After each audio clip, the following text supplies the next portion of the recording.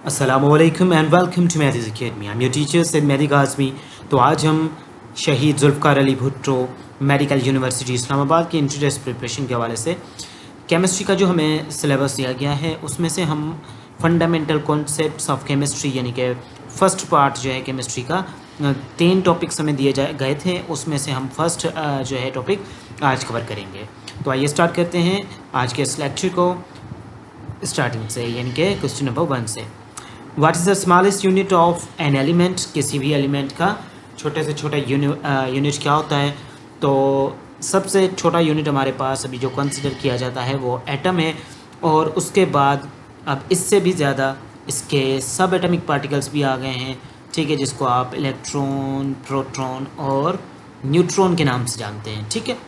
लेकिन यहाँ पे इसमें से स्मॉलेस्ट यूनिट जो कंसिडर करेंगे वो एटम को करेंगे। नेक्स्ट एमसीक्यूज हमारे पास है कुछ इस तरह से।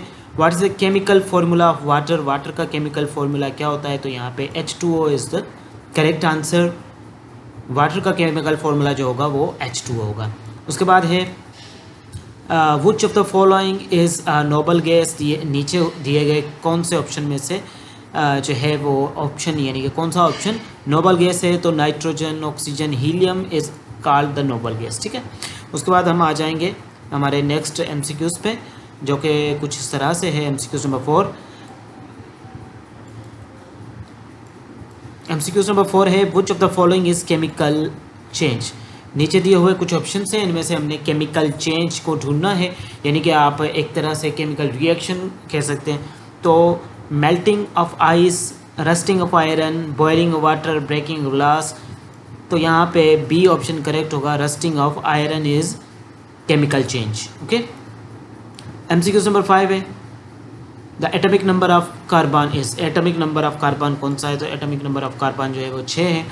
उसके बाद हम देखेंगे नेक्स्ट को, what is the mass number of an atom with 6 proton and 6 neutron? अगर उसके पास 6 न्यूट्रॉन है और 6 प्रोटॉन है तो उसका एटॉमिक मास क्या होगा? तो एटॉमिक मास 12 होगा, और वो एटम जो है वो कार्बन है, ठीक है।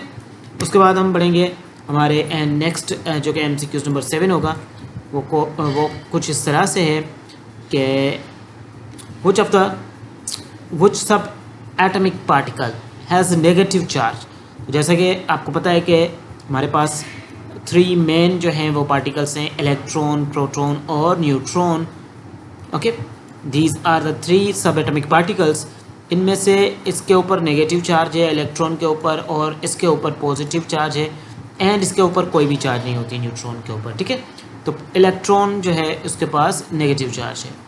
An example of homogeneous mixture. अब होमोजीनस मिक्सचर का एग्जांपल ढूंढना है हमने।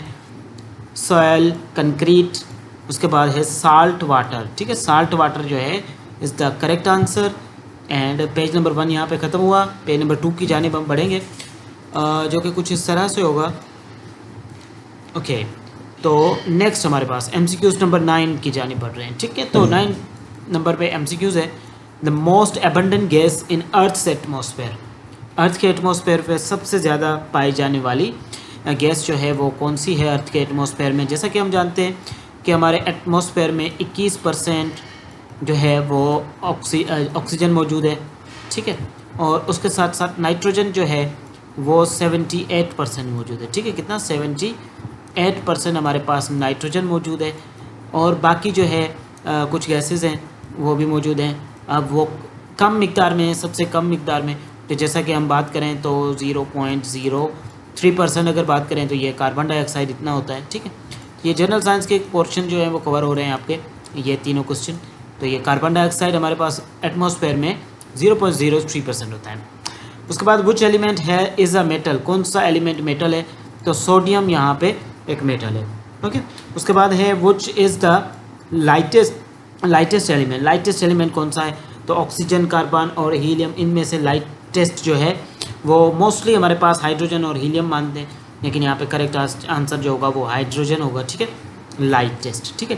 क्योंकि इसके आगे जो है वो 3 आइसोटोप्स आ जाते हैं इसके भी, ठीक है, हाइड्रोजन के, ओके। तो अब नेक्स्ट जो है हमारे पास वो है which of the following is not noble gas? कौन सा ऑप्शन इनकरेक्ट है इस स्टेटमेंट में। हीलियम, नियोन, आर्गोन, हाइड्रोजन, तो यहाँ पे हाइड्रोजन हमारी नोबल गैसेस की कैटेगरी में नहीं आता या इनर्ट गैसेस की कैटेगरी में नहीं आता, तो this is the right answer option number D. Chemical symbol for sodium, तो सोडियम को रिप्रेजेंट किया जाता है Na से। उसके बाद हमारे पास है सब atomic number is defined as the number of, तो एटॉमिक नंबर की अगर हम डेफिनेशन करना चाहें तो दरअसल एक एटम में मौजूद उसके न्यूक्लियस में, ठीक है, एटम में अब यहाँ पे सराउंडिंग कर रहे होते हैं इलेक्ट्रॉन्स, यहाँ पे उसके न्यूक्लियस में होते हैं प्रोटॉन एंड न्यूट्रॉन, ठीक है। तो एटॉमिक नंबर प्रोटॉन की तादाद को रिप्रेजेंट करेगा, ठीक है। तो यहाँ पे ऑप्शन बी करेक्ट है। उसके बाद है हमारे पास नेक्स्ट ऑप्शन MCQs नंबर 15, ठीक है। तो MCQs नंबर 15 है which of the following is a compound, नीचे दिए हुए कौन से ऑप्शन में से कंपाउंड है, कौन सा ऑप्शन कंपाउंड है, तो ऑक्सीजन, वाटर, हाइड्रोजन, आयरन। तो वाटर एक कंपाउंड है, ठीक है, वाटर क्या है, एक कंपाउंड है। All substance that can not be broken down, जिनको तोड़ा नहीं जा सकता बाय केमिकल मीन्स से, केमिकल बाय केमिकल, ठीक है, तो उसको एलिमेंट कहेंगे। कंपाउंड को तोड़ सकते हैं, मिक्सचर को, मॉलिक्यूल को भी, लेकिन एलिमेंट को फर्दर तोड़ जो है वो नहीं सकते, ओके। बढ़ेंगे नेक्स्ट हमारे पास जो है MCQs नंबर 17 की जानिब, जो कि कुछ इस तरह से है। ये मोस्ट इम्पोर्टेंट MCQs हैं जिसमें बेसिक से लेके एडवांस लेवल के MCQs जो हैं वो मौजूद हैं। Nucleus of an atom consist of, तो न्यूक्लियस में क्या होता है, एटम के न्यूक्लियस में क्या होता है, ठीक है, सेल के न्यूक्लियस का नहीं पूछ रहा, एटम के न्यूक्लियस का। तो मैंने अभी एक पिक्चर ड्रा की थी जिसमें मैंने कहा था आपको कि यहाँ पे हमारे पास इलेक्ट्रॉन रिवॉल्व करते हैं और यहाँ पे न्यूक्लियस होता है जिस पे यहाँ पे मौजूद होते हैं हमारे पास प्रोटॉन एंड न्यूट्रॉन, ठीक है। जिसका मतलब ये होगा कि प्रोटॉन और न्यूट्रॉन क्या होते हैं, हमारे पास न्यूक्लियस में मौजूद होते हैं एक एटम के। फॉर्मूला फॉर मीथेन का फॉर्मूला क्या होगा, CH4 is the correct answer.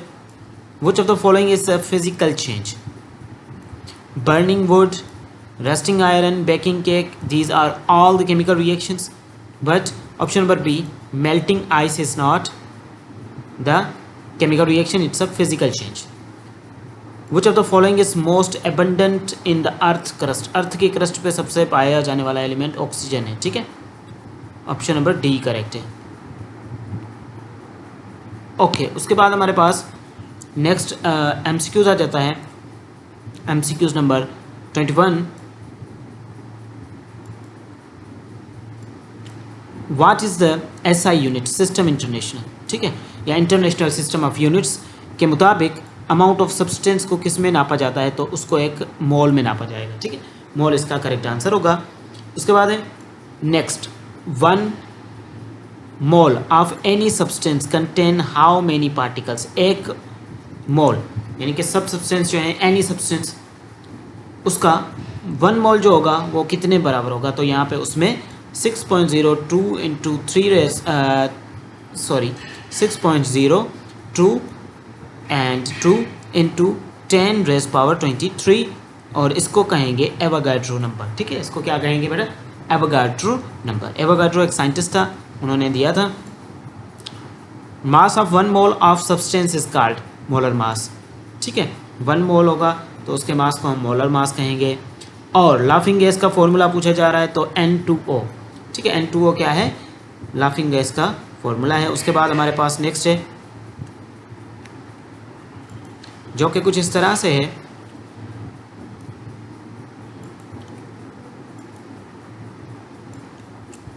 Which gas is known as laughing gas, तो यहाँ पे NH2O, ठीक है, नाइट्रस ऑक्साइड, या फिर आप इसको नाइट्रस डाइऑक्साइड भी पढ़ सकते हैं, ठीक है। ये चेक क्लास में करना, हो सकता है मैंने बाय मिस्टेक गलत जो है वो टिक लगा लिया हो, ओके। तो यहाँ पे ये जो था वो लास्ट था MCQs।